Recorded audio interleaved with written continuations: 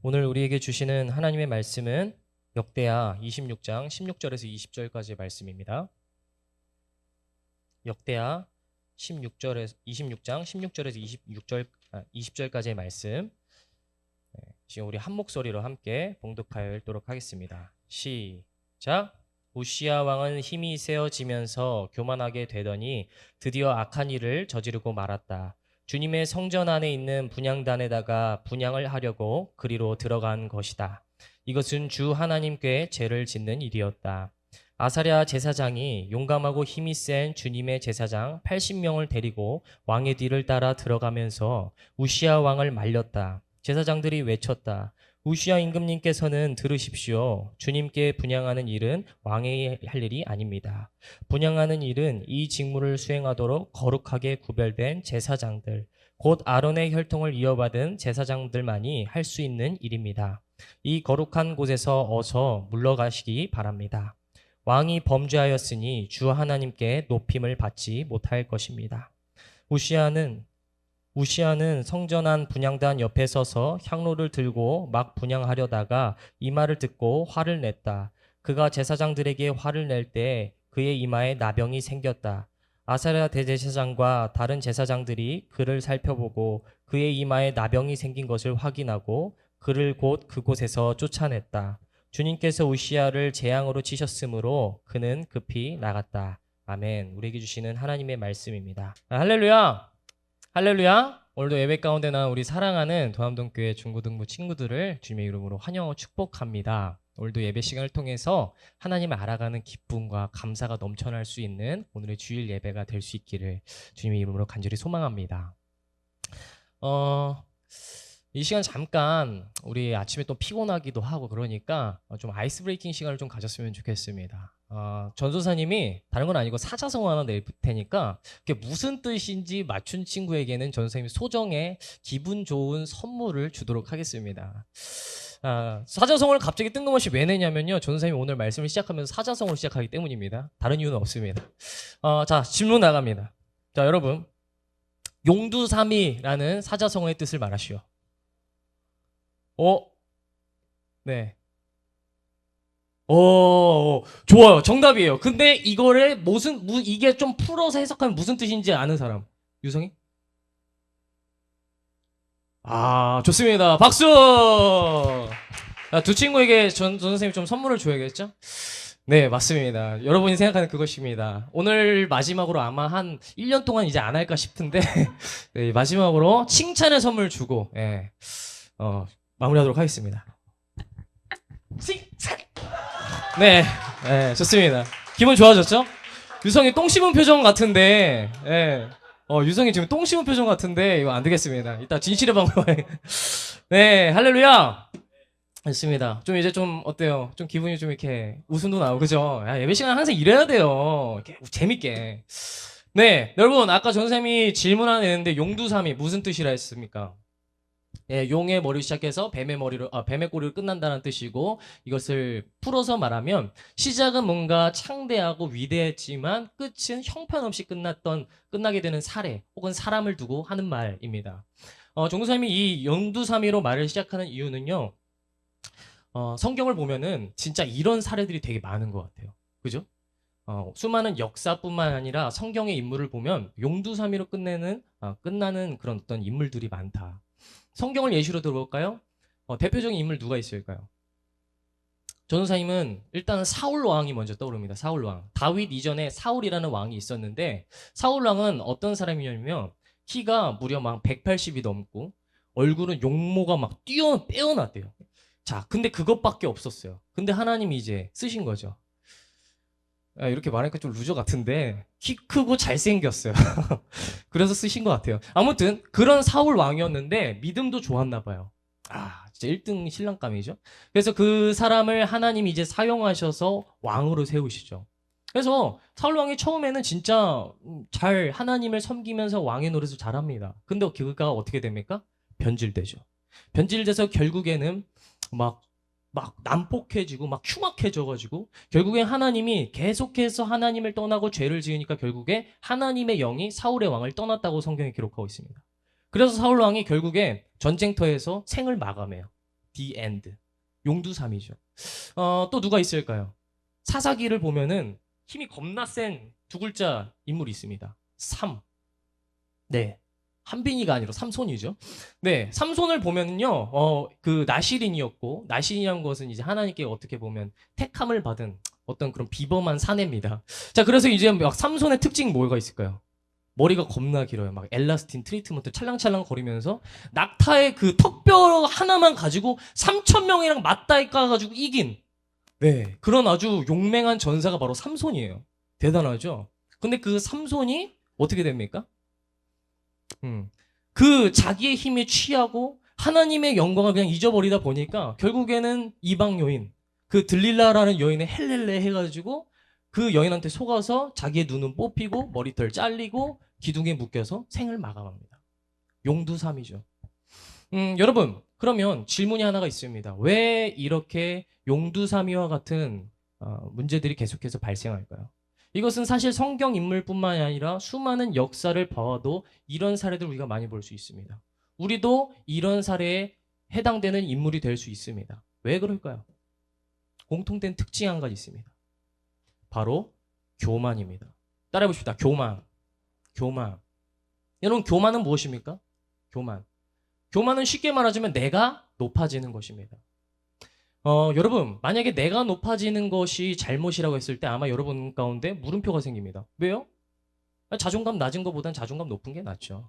그럼 열심히 자기 일에 있어서 노력하고 괜찮은 거 아닙니까? 맞아요. 근데 여러분, 사람은요, 이게 컨트롤이 안 돼요. 내가 높아지고 높아지는 거에 대한 이 욕망이 컨트롤이 안 된다고. 인정받다 보면은, 그래, 난 소중해. 처음엔 난 소중해로 시작합니다. 그래, 남들과 비교하지 말자. 난 소중해. 근데 계속해서 그 마음을 갖다 보면 나는 남들보다 우월해. 내가 너희보다 위야. 이런 마음을 갖게 되기 마련이라는 거죠. 그러니까 나밖에 모르게 된다라는 겁니다. 그래서 이것을 계속해서 사람이 이 교만한 마음을 갖게 되면 결국 그것은 하나님뿐만 아니라 인간과의 관계에서도 되게 부정적인 모습으로 많이 드러나게 되어 있습니다.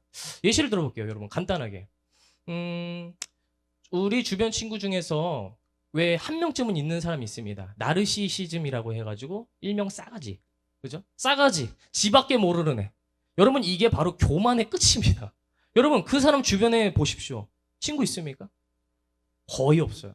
왜 그렇습니까? 지밖에 모르거든요. 자기밖에 모르기 때문에 뭐든지 기준을 정하고 뭐든지 약속을 잡고 뭐든지 말을 할 때마다 지 기준에서 말하는 거예요. 상대방을 헤아리지도 못하고 배려하지도 못하고 자기 기준에서 판단하는 거죠. 근데 그게 대화하는 사람은 무조건 느껴요. 그러니까 싸가지 주변에는 친구가 별로 없습니다. 그리고 여러분, 하나님과의 관계에서도 마찬가지입니다. 여러분 소중합니다. 근데 여러분만 소중하도 나 자신만 계속해서 내가 생각하게 되면은 어떻게 되냐면 이제 이런 거죠. 오늘 좀 피곤한데 교회 가지 말까? 그냥 하나님이 나 피곤하니까, 내가 지금 중요하니까, 나 피곤하니까 하나님 그냥 예배 안 받으셔도 되는 거예요. 그냥 교회 안 가도 되는 거예요. 그냥 그렇게 쉽게 신앙생활 쉽게 하게 된다는 거예요. 한두 번은 진짜 피곤하면 쉴 수는 있어요. 아프면 교회 못 나올 수 있어요. 근데 그게 계속해서 거듭되다 보면 어떻게 됩니까? 그냥 하나님과 멀어지는 거예요. 그냥 교회 안 나가는 겁니다. 우리는 수많은 그런 사례들을 많이 봅니다. 여러분, 그러므로 오늘 우리가 말씀을 보면서 한번 생각해 봤으면 좋겠습니다. 나는 하나님 앞에 어떻게 서 있는가? 나는 오늘 하나님 앞에 겸손한 자로 서 있는가? 아니면 하나님 앞에 교만한 자로 서 있는가? 바라는 것은 오늘 말씀이 끝나게 됐을 때 우리 마음 가운데 하나님, 제가 겸손하게 서길 원합니다. 하나님의 말씀 앞에 서서 정말 하나님이 기뻐하시는 백성으로 살아가길 원합니다라는 고백이 저와 여러분 가운데, 그리고 우리 모든 선생님들 가운데 나타날 수 있게 되길 주님의 이름으로 축복합니다. 네, 그런 의미에서 오늘 말씀 제목은요, 교만, 모든 죄의 뿌리. 교만, 모든 죄의 뿌리라는 제목과 주제로 여러분에게 하나님의 말씀 증거하도록 하겠습니다. 여러분, 우리는 오늘 이제 역대하 말씀, 다시 돌아와서 역대하 말씀을 보려고 합니다. 오늘 말씀은 특별히 역대하 26장의 말씀인데, 오늘 성경에서는 한 인물이 등장하고 있습니다. 아까 계속해서 다뤘던 주제인 용두삼이. 뭔가 비범한 스타트로 끝나서 결국엔 형편없이 끝났던 어떤 사례들을 보고 있는데 그 대표적인 인물이 바로 오늘 이 우시야라는 사람입니다. 오늘 이 인물을 통해서 이 교만이라는 게 무엇인지 우리가 중점적으로 살펴보길 원합니다. 여러분 이 우시야라는 왕은요. 쉽게 말하자면 간단하게 설명하자면 이스라엘이라는 나라가 있었어요. 근데 이스라엘이라는 나라가 있었는데 이스라엘이라는 나라가 오늘날 우리 한반도처럼 이렇게 반으로 땡강 나눠져요. 정치적, 사회적, 경제적 이런 모든 어떤 이슈들 때문에 결국에는 이 나라가 댕강하고 나뉘어져요. 그래서 이스라엘이 어떻게 바뀌냐면 이름이 남유다, 북이스라엘, 남유다, 북이스라엘 이렇게 바뀌게 됩니다. 근데 이 우시야라는 왕은 이 남유다라는 나라의 10번째 왕이에요. 근데 스타트부터 되게 비범하게 시작합니다. 왜냐하면 얘가 언제 왕이 되냐면 무려 16살에 왕이 돼요. 와우. 그러니까 온유 같은 나이 때 갑자기 왕이 된 거예요. 내가 왕이다. 등 굴림 탁. 야, 중3 때 왕이 되면 기분이 어떨까요? 야, 심지어 하고 싶은 것도 많고 갖고 싶은 것도 많은 그 소년의 나이일 텐데 전도사님은 마구마구 막 사고 먹고 씹고 뜯고 맛보고 즐기고 다 할 것 같습니다.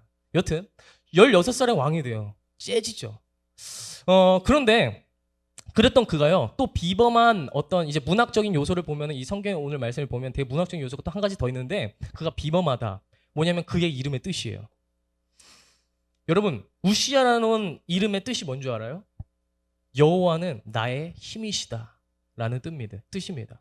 대단하죠? 그러니까 오늘날 따지면 김 여호와는 나의 힘이시다. 뭐 최 여호와는 나의 힘이시다. 뭐 이런 거죠.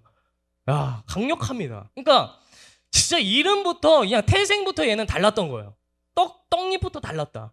그래서 처음에는 이 닉값을 합니다. 성경을 보면 우시야가 그래서 처음에는 진짜 하나님 기뻐하시는 일을 하고 진짜 하나님을 정말 섬기면서 겸손하게 막 왕의 노릇을 잘해요. 그래서 하나님 기뻐해서 우시야 내가 너에게 복을 주겠다. 내가 너를 강성하게 해주겠다 해서 우시야의 그 왕의 그 권위 그 왕의 그 위치를 하나님이 점점 은혜로 높여주세요. 그래서 성경의 역사를 보면 우시야라는 왕이 실제로 그 당시에 여러 가지의 어떤 제국들이 있었어요. 여러 나라들. 근데 그 강대국들을 거의 휩쓸고 다녔어요. 그냥 전투 왕이야. 그냥 칼 들고 창 들고 그냥 나가면은 그냥 100킬이야. 100킬. 100점 100승. 다 두드려 패고 다녔어요. 그러니까 주변 사람들이 어떻게 하겠어? 우시야 보고. 와, 진짜 우시야는 굉장한 사내다. 저 왕은 아무도 건들 수가 없다. 마치 철옹성과 같은 거예요. 무너지지 않는 방벽이에요. 그래서 막 주변의 나라들이 여러 나라와 여러 왕들이 그 우시야를 리스펙하기 시작합니다. 어떻게든 그 왕과 관계를 맺어서 화친을 맺으려고 어떻게든 잘 보이려고 막 발악을 하죠. 근데 여러분 여기서 이제 문제가 발생하는 거죠. 여기서 주변이 우시야를 높입니다. 주변이 우시야를 계속해서 칭찬해요. 그럼 우시야가 어떻게 됐을까요?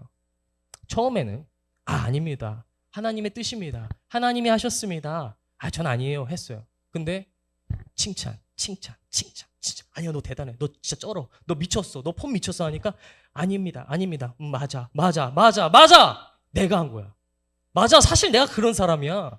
나 사실 힘 짱 세. 나 이렇게 지혜도 있고 나 이렇게 권력도 있어. 난 왕의 자질을 스스로 갖춘 자야. 난 태어날 때부터 내 이름부터 달랐어. 여호와는 나의 힘이시다.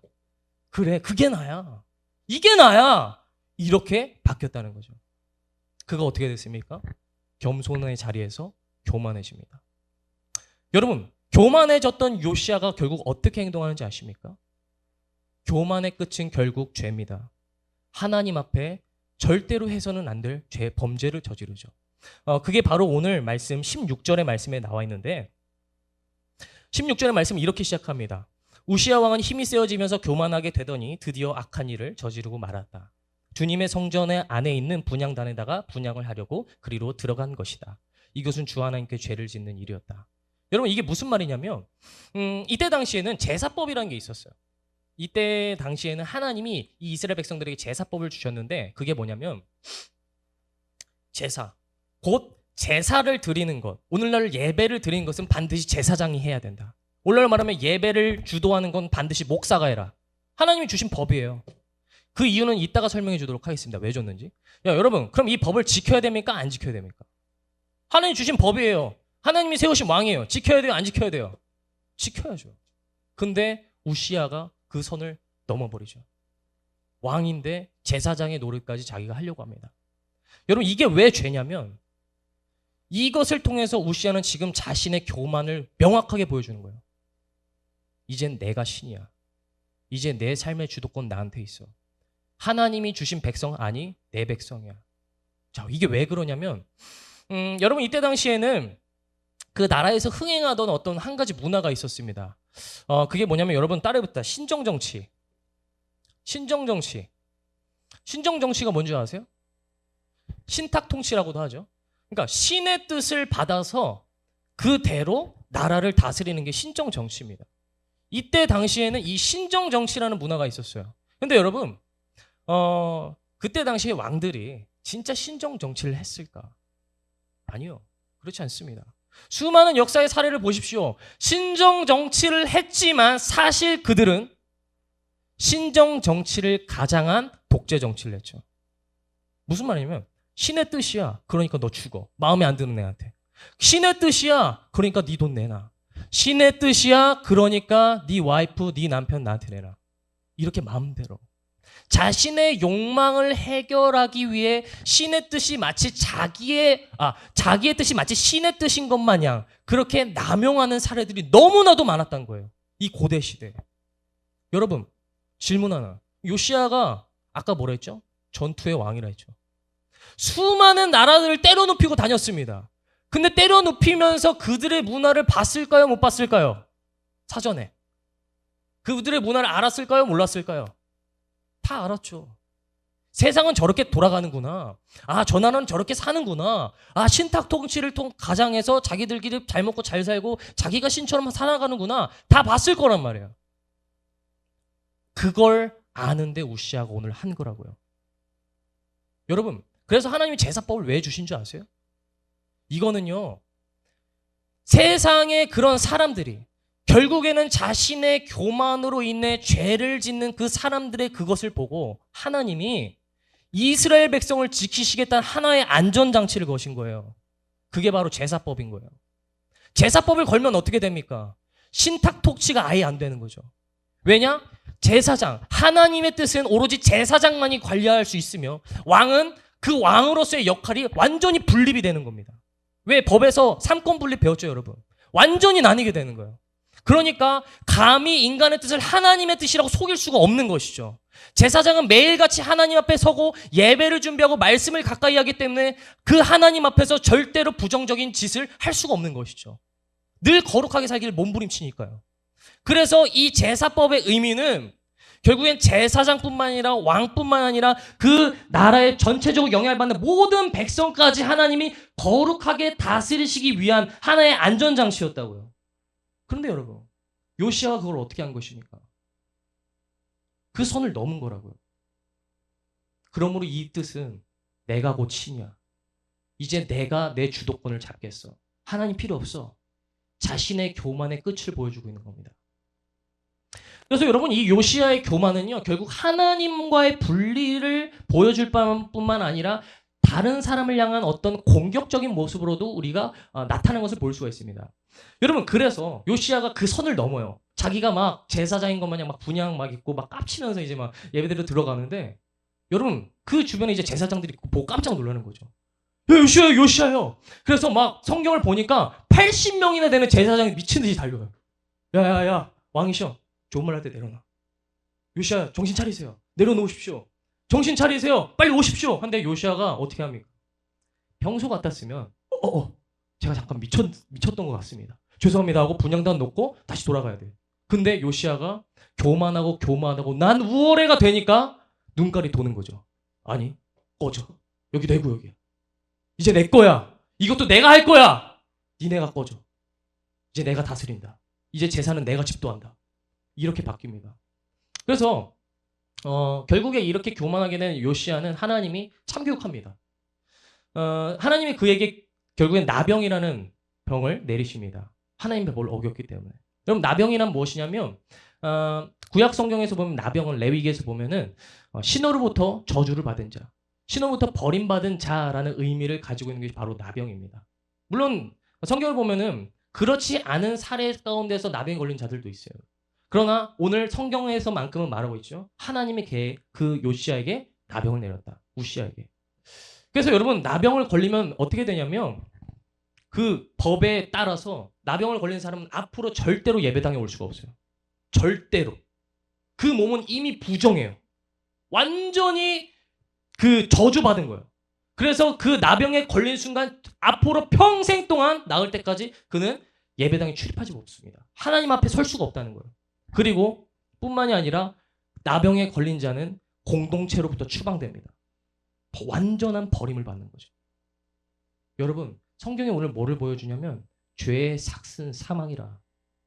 이 로마서의 결론을 보여주고 있는 거예요. 여러분 오늘 말씀을 우리가 묵상하면서 우리가 무엇을 알아야 될까요?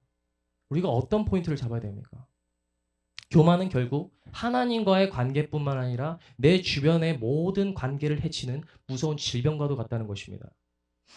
하나님과의 관계를 아까 말씀 속에서 우시야의 삶을 통해서 살펴봤으니까 이번엔 사람과의 관계에서 전사님이 예시로 오늘날 예시로 말해드리도록 하겠습니다.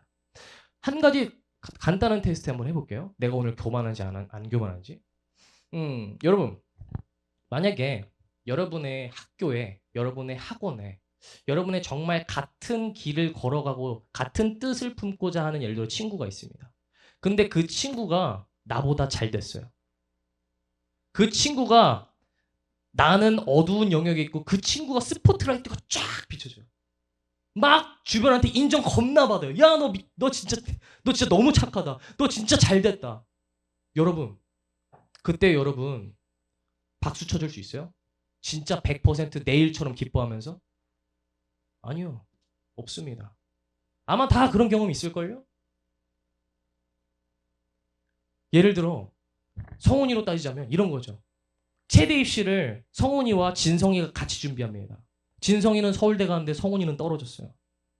박수 쳐줄 수 있습니까? 못할걸요? 물론 나는 떨어졌다는 슬픔도 있겠지만 그 안에는 사실 교만이 있기 때문이에요. 무슨 말입니까? 여러분 우리는 친구 사이에서 사실 우월함이라는 게 있어요. 사실 친구 사이에 지내면서도 평등한 건 거의 없어요. 우리 마음가는 계속해서 교만이라는 그게 자라나면서 순간순간에 나도 모르게 친구와 나를 비교하게 되죠. 내가 이 부분도 괜찮아. 내가 이 부분은 괜찮아. 그러니까 좋아하는 선생님이 있는데 그 선생님이 나 아니라 쟤를 예뻐하면 질투하는 모습이 때로는 그것 때문에 있는 것입니다. 전도사님도 이랬던 적이 있어요. 전도사님은요 좀 재수없는 말 하자면 사실 어렸을 때 진짜 잘난 줄 알았습니다. 내가 잘난 줄 알았어요. 전도사님이 나르시시즘이었거든요. 왜냐하면 사실 키만 안 컸지 뭐 얼굴도 조금 괜찮다는 말 좀 들었고 좀 귀엽게 생겼다는 말 좀 들었고 그리고 전도사님 말도 좀 재밌게 하잖아요. 그죠? 죄송합니다. 네, 재밌게 하잖아요. 그죠? 막 좀 재밌게 하고 또 그때 당시에 전도사님이 교회를 항상 이제 다녔는데 열심히 잘 다녔는데 전도사님은 드럼을 그래도 그 나이 또래에 비해서 꽤 쳤어요.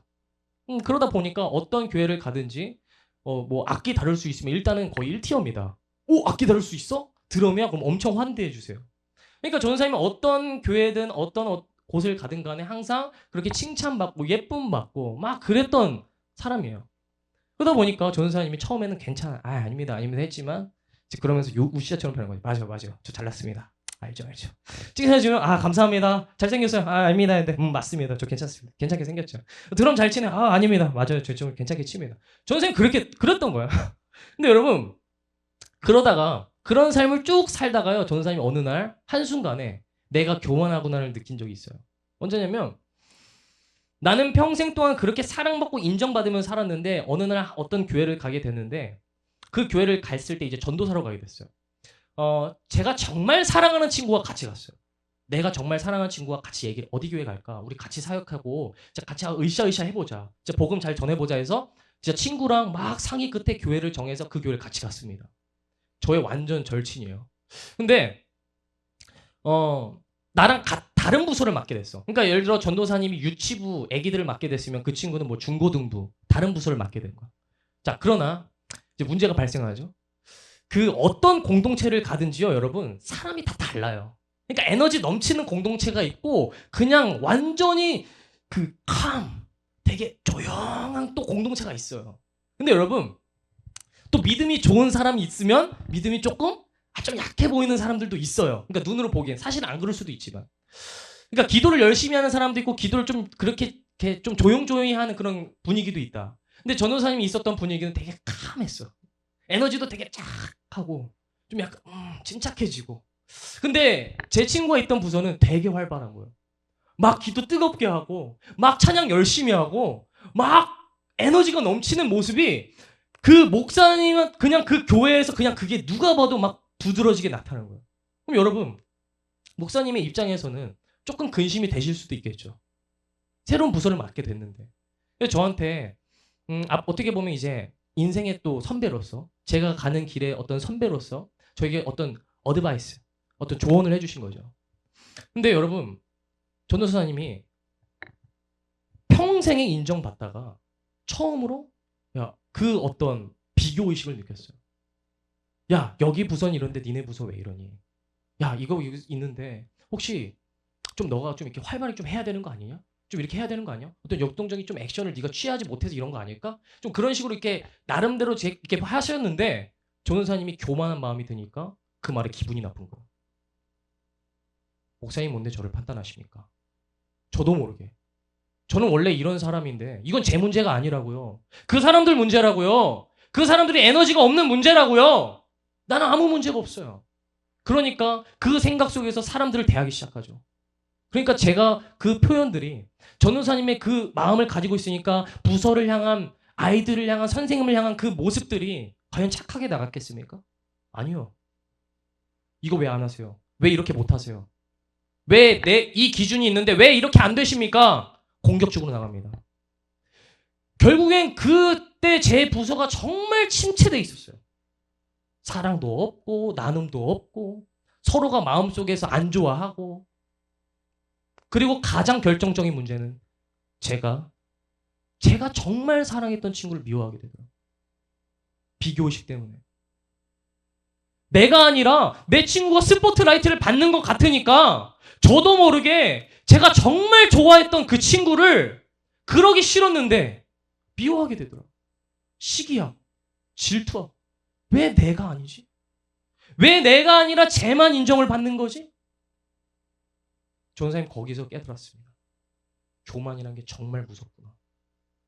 하나님과의 관계뿐만 아니라 내가 정말 사랑했던 사람과의 관계까지도 해치는 것이구나. 거기서 전도사님이 회개했어요. 이게 너무나도 싫어서 완전 거짓 같은 인생이잖아요. 앞에서는 친한 척하는데 뒤에서는 싫어하고. 여러분, 이거는요. 그것을 받는 상대뿐만 괴로운 게 아니라 그것을 하는 사람도 괴롭다는 거 여러분도 아시잖아요. 그것을 해본 사람은 알걸요? 너무 싫어요. 그런 자신이.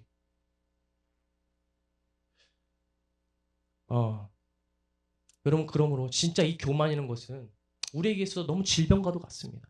마지막 하나만 더 예시 들어드릴게요. 여러분, 교회에서 사랑이 부족하다는 얘기를 정말 많이 합니다. 근데 여러분, 우리가 착각하고 있는 것이 있어요. 여러분이 오늘 생각하는 사랑이란 무엇입니까? 어쩌면 우리는 사랑 또한 이렇게 생각하는지 모르겠어요. 우위에 있는 사람이 나보다 좀 하수인 애를 좀 괜찮아. 그래, 내가 좀 너 좀 케어해 줄게. 이렇게 여기고 있지는 않습니까? 내가 너보단 신앙심 좀 괜찮아. 내가 너보단 도덕적으로 괜찮아. 내가 너보단 그래도 좀 철 좀 들었어. 그러니까 내가 부족한 너를 좀 봐줄게. 그게 사랑이라고 여러분 오늘 착각하고 있지는 않습니까? 여러분, 그 기준에서 사랑을 하면요. 그거는 사랑이 아닌 것이에요. 그거는 오히려 우월함이 드러나는 거죠. 그러다 보니까 왜 얘가 내 말대로 안 돼서 화가 나는 이유가 무엇입니까? 내가 우월해서 내가 얘를 좀 가르쳐 주려 하는데 내가 얘를 좀 옳은 길로 좀 인도해 주려 하는데 얘가 말을 안 듣는 거예요. 내 뜻대로 안 하는 거예요.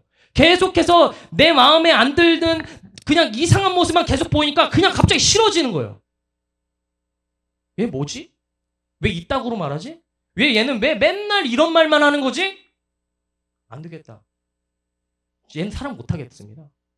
전선생님 교회란 무엇입니까? 전선생님 사랑을 못하겠어요. 전선생님 이런 애 어떻게 해야 될지 모르겠어요. 어쩌면 여러분은 그런 얘기하고 있는 것이 아닙니까? 여러분, 사랑은 무엇입니까? 그 전에 교회는 무엇입니까? 교회는요. 뭔가 인정받고 대단해서 그런 자들만 모여서 신앙심 좋은 사람들만 모여서 있는 것이 교회가 아니에요. 성경은 말해요. 예수님이 누구를 부르러 오셨는지 나는 죄인을 부르러 왔노라. 우리 모두는 예수 그리스도 앞에서 모두 다 죄인이에요. 죄인이란 무엇입니까? 오늘도 교만한 거예요. 오늘도 넘어지는 자예요. 계속해서 그런 죄를 안 짓고 싶지만 끊임없이 해결되지 않는 문제를 살아가고 그것을 통해서 예수님께 해결받고자 몸부림치는 자들이 바로 죄인이라고요. 오늘 여러분 중에 하나님 앞에 깨끗한 사람 있습니까? 오늘 여러분 중에 은밀한 죄 하나도 안 짓는 사람 있어요? 다 있을걸요? 여기서 내 머릿속에 있는 생각들 막 다 표현되는 거 그런 시스템이 있었으면 여러분 우리 못 다녀요. 우린 그렇게 연약하다고요. 그럼 여러분 내가 연약하면 쟤는 어떨까요? 쟤도 연약해요. 그러니까 쟤랑 나는 위아래 관계가 아니라 동등하다는 걸 우리는 알아야 돼요. 내가 쟤를 케어하는 게 아니에요. 우리 모두는 그리스도의 사랑으로 케어를 받아야 되는 존재라는 걸 우리가 알아야 된다고요. 성경은 말합니다. 그가 죄인 되었을 때 하나님께서 그리스도를 통해서 우리에 대한 사랑을 확증하셨다. 예수님 우리를 사랑하실 때는 언제입니까? 내가 죄인이었을 때입니다. 내가 부족했을 때입니다. 내가 그런 교만한 마음 여전히 갖고 있지만, 여전히 교회에 안 다니는 마음 있지만, 여전히 배신할 수 있지만, 그러나 그때부터 예수 그리스도가 나를 사랑하셨다는 거예요. 예수 그리스도의 십자가의 보혈이 그 의미입니다. 그분은 죽음. 그러므로 우리가 그것을 믿는다면, 정말 그분의 사랑을 우리가 고백한다면 우린 절대 남을 그렇게 대할 수 없는 것이에요. 왜냐? 이런 나를 그리스도께서 사랑하셨듯이 이제는 나도 그리스도의 시선으로 다른 사람을 볼 수 있는 거예요. 내가 케어하고 내가 쟤를 바꿔가는 게 아닙니다. 내가 지금도 아직도 안 바뀌고 있듯이 쟤도 아직도 바뀌어야 할 모습이 있다는 거예요. 그럼 그것은 누구의 영역입니까? 예수 그리스도 그분의 복음의 영역인 것이죠. 그럼 우리가 할 수 있는 것은요. 그를 끝까지 참고 인내하면서 그가 복음 안에 살아갈 수 있도록 나도 노력하면서 저를 위해서 기도하는 것이 진짜 그리스도인으로서의 삶의 모습이라는 것입니다. 말씀을 정리하겠습니다. 찬양팀 나와주십시오. 반주 쳐주세요.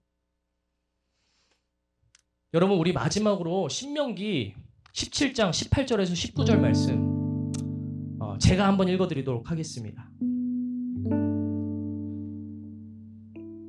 그런 교만한 우리에게 하나님께서는 아까 말했던 제사법처럼 사실 우리에게 동일한 안전장치를 걸어주세요. 우리가 그렇게 수도 없이 죄 가운데 넘어질 걸 하나님이 미리 아시고 우리에게 안전장치를 미리 걸어두셨다고요. 그게 오늘 성경에 나와 있습니다. 하나님 말씀하십니다. 그가 왕위에 오르거든 이 율법서의 등사본을 레위 사람 제사장 앞에서 책에 기록하게 하여 평생에 자기 옆에 두고 읽어 그의 하나님 여호와 경외하기를 배우며 이 율법의 모든 말과 이 규례를 지켜 행할 것이라. 아멘. 여러분 지금 이게 무슨 말씀입니까? 율법서의 등사본 그것을 평생에 자기 옆에 두고 읽어 그의 하나님 여호와 경외하기를 배우며 이 율법의 모든 말과 규례를 지켜 행할 것이라.